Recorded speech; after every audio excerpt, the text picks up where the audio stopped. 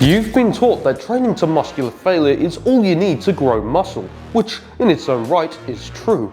But what if I told you you could go far beyond muscular failure and you could achieve more in one workout and in less time? Completely break your limits and achieve more than you ever thought you could in one moment. By most it is called training beyond failure, and it makes training to regular failure seem easy, like a piece of piss. And I'm going to show you exactly how it works and exactly how it is done. Before we get into any techniques, you must first understand how a muscle actually contracts and the phases of a muscle contraction. What gives out first and what gives out last. When a muscle contracts, it can do so in 3 different ways. The first type of muscular contraction is concentric contraction. This basically means the shortening of muscle fibers to make the muscle shorter, so stuff moves. It's basically when a muscle contracts, simple as. I mean, the word concentric and contract, they've got the same word in them, so yeah. The second kind of contraction is isometric contraction. This is where a muscle is contracted, but it isn't moving positively or negatively. Basically meaning it's staying in place. You'll most likely associate the word isometric with, say, a plank, because that's the most common isometric exercise. When you're doing a plank, you feel tense as hell, but nothing is moving. That is because your abs and everything else is isometrically contracted, keeping you in place, but not letting you move. Then last, but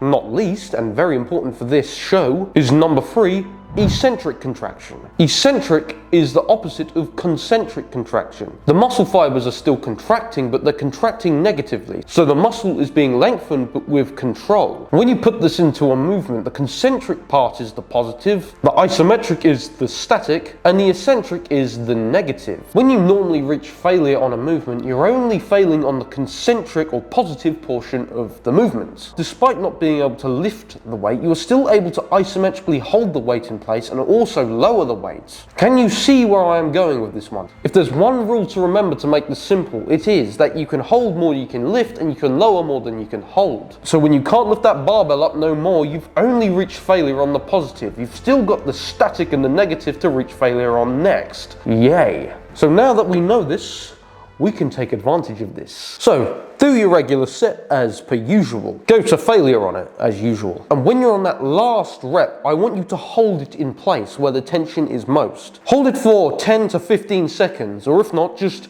as long as you can. Soon you'll run out of juice and you'll feel yourself giving out. But whatever you do, do not fold. Do not just let go of the weight and let it slip down. Slowly lower it. So you've just completed and failed on the isometric. Now we're going on to the eccentric part of the movement. It usually doesn't last long, but the longer you make it last, the more stimulus you're going to get. And literally, it feels like your muscles are being torn apart. It is like hell, but it's worth it. And then by yourself or with a friend, which is more optimal, can push the weight back up to where it was, repeat the isometric and lower again. Soon it'll get to a point where you can't even do the isometric and you'll just be doing the negative portion. And that is simply referred to by lifters as negatives. You'll literally just be at a point where you're just going,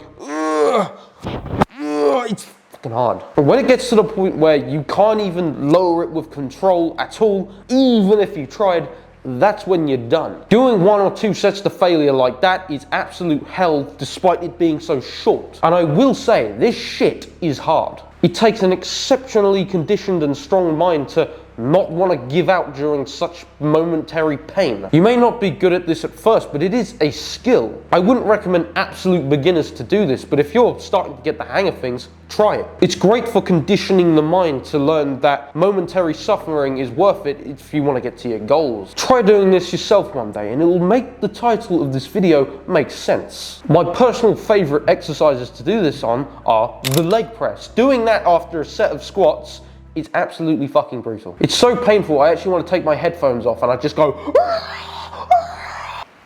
okay, never mind. Another one is tricep pushdowns. Those are amazing, and you do them with, say, a supersetted exercise with negatives, like tricep push-ups, and that is a killer. I'll talk more about pre-exhaustion supersets in another video. Free weights are good with this, but I find machines can be even better actually, because you know, you can push the weights up and stuff, and if you have a friend, oh, that makes it hell of a lot easier, and they can really get into your head. I feel like I'm on something in this video, but I don't care, I'm having fun. Training partners who can assist you, golden, but still, you can do it yourself. If only I had a clone of myself to help me with my training, that would be incredible. Oh, another favorite is one-arm lateral raises, because when I'm reaching failure, I can use my other hand to, you know, push the cable up and hold it in place and help me. It's incredible the things you can come up with by yourself in the gym. It's so fun. It's a lot of pain, but by the end of it, you feel amazing. I mean, sometimes you do feel absolutely demolished, but when you crawl back into your house and sit there and go play a video game, you feel euphoric. So get into the gym, train beyond your perceived limits, get out, rest easy, and subscribe. And the rest will be history.